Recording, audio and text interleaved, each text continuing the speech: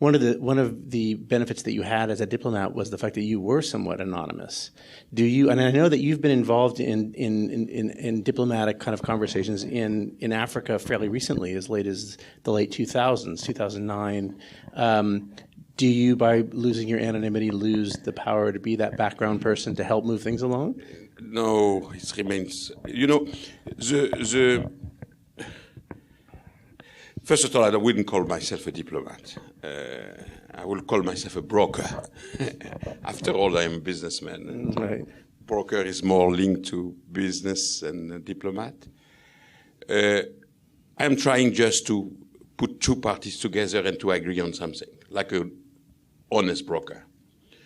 The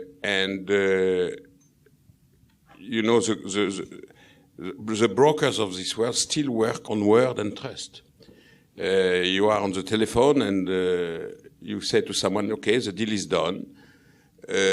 Nobody will challenge the fact that the deal is not done because both parties will never give up on what they promise you to say. And this is so it's why trust and ability to be trusted is a fantastic tool and ability to do things. And in the movie you saw that at a certain moment I've lost the trust I had by one party, and I had to regain that trust, which I, at the end of the day, end up.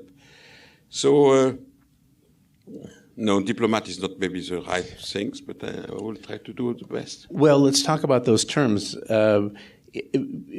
One of the differences between a businessman and a diplomat is that businessmen are known for being amoral, that they generally speaking... Why do you say moral? Well, that's what I'm saying, is that a businessman's really not... At the end of the day, a businessman is concerned with making the best deal possible. And is it maybe a good thing to bring that businessman's amorality, not saying immorality, amorality, that one of the problems that we have, and we talked about this briefly, is that we tend to go into a negotiation with a moral judgment about the other person. And these men that you were dealing with in this conversation, in this film, if we had done that, you never would have had most of these conversations because there were no angels amongst any of the people that you were dealing with. So is it perhaps a benefit to you that you, being a businessman, you're more concerned with getting what it is you intend to get accomplished? You want to get the deal done than a diplomat who has to be more concerned with appearances and politics. Is there a freedom in being a businessman? Does a businessman make a better diplomat than even a diplomat does? Okay, by asking the question, I think you gave the answer. No.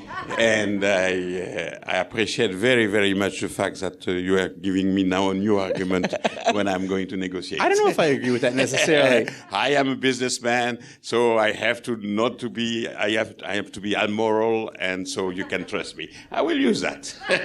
Well, the problem is that some people would say you are immoral. By being amoral, by not taking into account the fact that you're dealing with people who may have had people killed.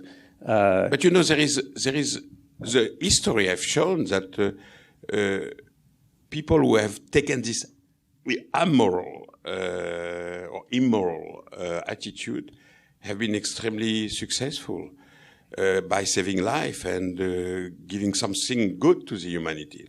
Look at Mr. Schindler from the Schindler List. If you would have looked at what he has done at the time he did it, you would say, how this man can talk to the Nazi and the people who are killing the Jews. And at the end of the day, he has been designated by the State of Israel as one of the just people, the people who have been. So, you know, in any man, in any human being, there is a humanity. And your role as a diplomat is to tickle that part of the man which you have to play with, and to emphasize and enlarge this humanity, and it works. As opposed to starting from a place of denying the humanity. Exactly. When you go into the conversation saying this person is a bad person, then there's no conversation. There is no conversation. Prejudgment. What I call the prejudgment.